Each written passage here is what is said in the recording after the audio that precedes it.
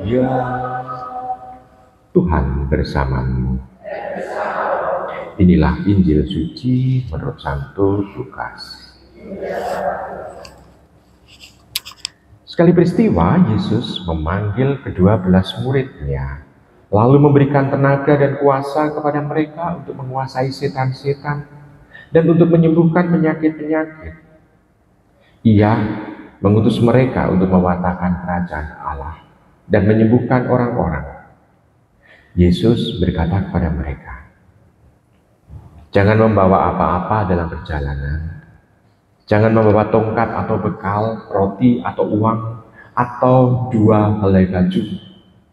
Apabila kalian diterima di suatu rumah, tinggallah di situ sampai kalian berangkat dari situ.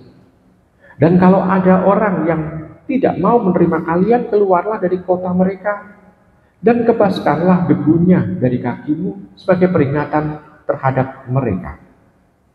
Lalu pergilah mereka dan menjelajah segala desa sambil memberitakan Injil serta menyembuhkan orang sakit di segala tempat. Demikianlah sabda Tuhan. Saudari-saudari terkasih dalam Tuhan, kita bisa mendengar di sana bacaan Injil mengungkapkan bahwa Tuhan tidak pelit dengan kekuatan yang ada dalam dirinya. Dia sungguh mau men-sharekan kemampuannya kepada mereka yang mau diutus.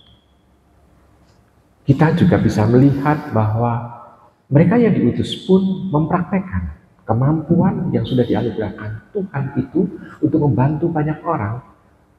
Dan ini bukan sebagai tujuan kemampuan dari Tuhan ini, namun justru menjadi penyerta supaya warta tentang Injil dan kerajaan Allah sampai kepada banyak orang. Nah, berbeda dengan orang zaman sekarang. Kalau orang zaman sekarang yang dicari apa? Yakni kemampuannya, bukan tentang wartanya. Coba kalau panjenengan misalnya diberi kekuatan untuk bisa setiap doa panjenengan untuk menyembuhkan orang, bangga enggak? Misalnya ambil contoh, salah satu contoh saja. Misalnya kita diberi kemampuan oleh Tuhan, setiap doa kita untuk menyembuhkan orang itu bisa mandi. Bangga enggak? Bangga. Lalu, apakah kita itu bisa men-sharekan kemampuan ini untuk menyembuhkan banyak orang? Ataukah karena bangga itu sehingga kita malah justru menyombongkan diri? Yang lebih banyak yang mana? Nah, justru di sini kita bisa melihat, oh ternyata banyak orang justru menyalahgunakan kemampuan yang diberikan oleh Tuhan itu untuk justru memberikan itu kesempatan untuk menyombongkan dirinya. Ini loh, aku dipilih oleh Tuhan. Nah, maka saudara terkasih dalam Tuhan, Tuhan justru mau mengungkapkan bahwa kemampuan yang diberikan kepada setiap orang yang diutus ini adalah untuk menyertai supaya sabda, firman, warta tentang kerajaan Allah dan Injil ini bisa berjalan dengan baik. Nah, kalau demikian, kita bisa melihat bahwa justru kemampuan itu akan dianugerahkan pada kita kalau kita sudah sendikodamu mau untuk melaksanakannya. Maka ibu bapak saudara terkasih dalam Tuhan, maka kalau kita mau untuk merasakan dan mengalami kemampuan atau kekuatan dari Tuhan ini, kita hendaknya ada rasa, Tuhan ini aku, utuslah aku. Maka kita bisa kembali untuk disegarkan. Bagaimana tugas perutusan ini mau untuk saya emban. Supaya apa? Supaya kedekatan dan relasi dengan Tuhan itu juga ditampakkan. Dan juga kita bisa memahami bahwa orang yang mau untuk menerima tugas-tugas pelayanan dalam gereja itu juga memperlihatkan bahwa orang itu ditunjuk oleh teman atau rekan atau saudara-saudari yang selingkungan bahwa dia orang yang dekat dengan Tuhan.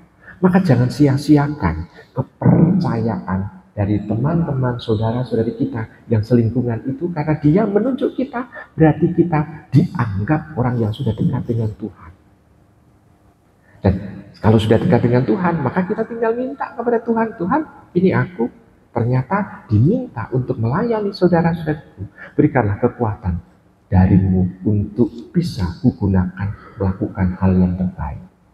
Nah, saudara kasih dan Tuhan, maka kita bisa melihat bahwa ternyata kadangkala kita harus percaya bahwa Tuhan itu dalam menunjuk kita justru menggunakan jemaat yang ada di sekitar kita masing-masing. Maka tugas pelayanan ini bisa kita emban karena Tuhan sekali lagi tidak pelit dengan kekuatan yang akan di-sharingkan kepada kita.